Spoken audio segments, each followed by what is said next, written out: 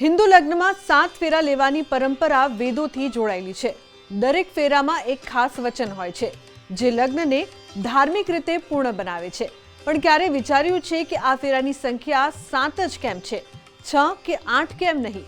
ચાલો જાણીએ આની પાછળ વિજ્ઞાન છે કે કોઈ બીજું કારણ। હિન્દુ ધર્મમાં લગ્ન ફક્ત બે લોકોનું મિલન નથી, તે બે આત્માઓનું પવિત્ર બંધન છે। લગ્ન દરમિયાન અગ્નિની આસપાસ લેવામાં આવતા પરિક્રમાને સપ્તપદી કહેવામાં આવે છે। સપ્તનો અર્થ 7 અને પડીનો અર્થ પગલું છે। એનો અર્થ એ છે કે પતિ પત્ની 7 ફેરા ફરે છે અને દરેક ફેરા પર તેઓ એક ચોક્કસ પ્રતિજ્ઞા અથવા વચન આપે છે। આ પ્રતિજ્ઞાઓમાં જીવનભર સાથે રહેવાના, એકબીજાને પ્રેમ કરવાના, એકબીજાનું આદર કરવાના અને સુખ દુઃખમાં સાથે રહેવાના વચનોનો સમાવેશ થાય છે। આ વચનો લગ્નને ફક્ત સામાજિક જ નહીં પરંતુ આધ્યાત્મિક અને ધાર્મિક પણ બનાવે છે। હવે પ્રશ્ન એ થાય છે કે ફક્ત 7 જ કેમ છે ફેરા? તો આનો જવાબ આપણને હિન્દુ ધર્મના સૌથી જૂના પુસ્તકો વેદોમાં મળે છે। આ શાસ્ત્રો અનુસાર લગ્ન પૂર્ણ કરવા માટે 7 ફેરા જરૂરી છે, કારણ કે આ 7 વ્રત પતિ પત્નીને ઘણા જન્મો સુધી બાંધે છે। જો 6 ફેરા લેવામાં આવે તો એક પ્રતિજ્ઞા અધૂરી રહે છે અને લગ્ન પૂર્ણ માનવામાં આવતા નથી। વેદોમાં 8 ફેરા લેવાનો કોઈ નિયમ કે પરંપરા નથી, તેથી વધુ રાઉન્ડ લેવાનો કે ઓછા રાઉન્ડ લેવાનો કોઈ અર્થ નથી। 7 નંબર આટલો ખાસ કેમ છે? હવે વાત કરીએ 7 નંબર વિશે। હિન્દુ ધર્મમાં આ નંબર ખૂબ જ ખાસ માનવામાં આવે છે। આપણી પાસે 7 દિવસનું અઠવાડિયું છે। સોમવારથી રવિવાર। આકાશમાં 7 રંગોનું મેઘધનુષ્ય છે। સંગીતમાં 7 સ્વર છે। સારે ગામા પાધાની।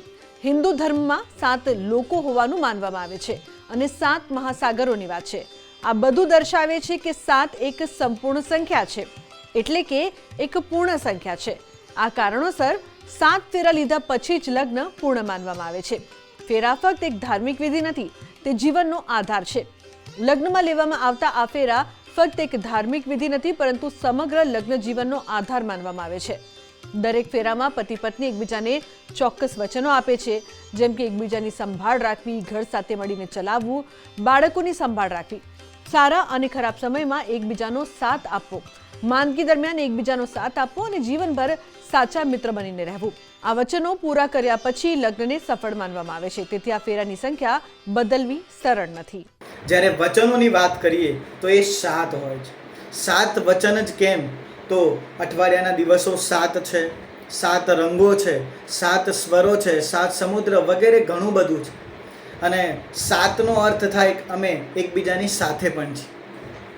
જ્યારે વચનોની વાત કરવામાં આવે તો વૈદિક સંપત્તિમાં વૈદિક અનુસાર તમે એકબીજાનો મનને જીતીને જ્યારે સત્યની સાથે ચાલવાની વિશેષ શરૂઆત કરો છો ત્યારે તમે 7 પ્રોમિસ આપો છો કે પત્નીને એના પતિદેવ કહે છે કે તારી જવાબદારી મારી છે, ધર્મ કાર્ય અમે સાથે કરીશું, કોઈ પણ હોય સુખ દુઃખ અમે એકબીજાનો સાથ આપીશું, નાનાને સન્માન, મોટાને માન આપીશું।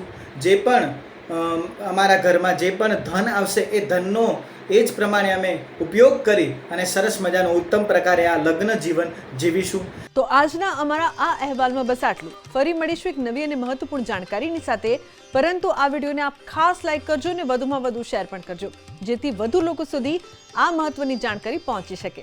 નમસ્કાર।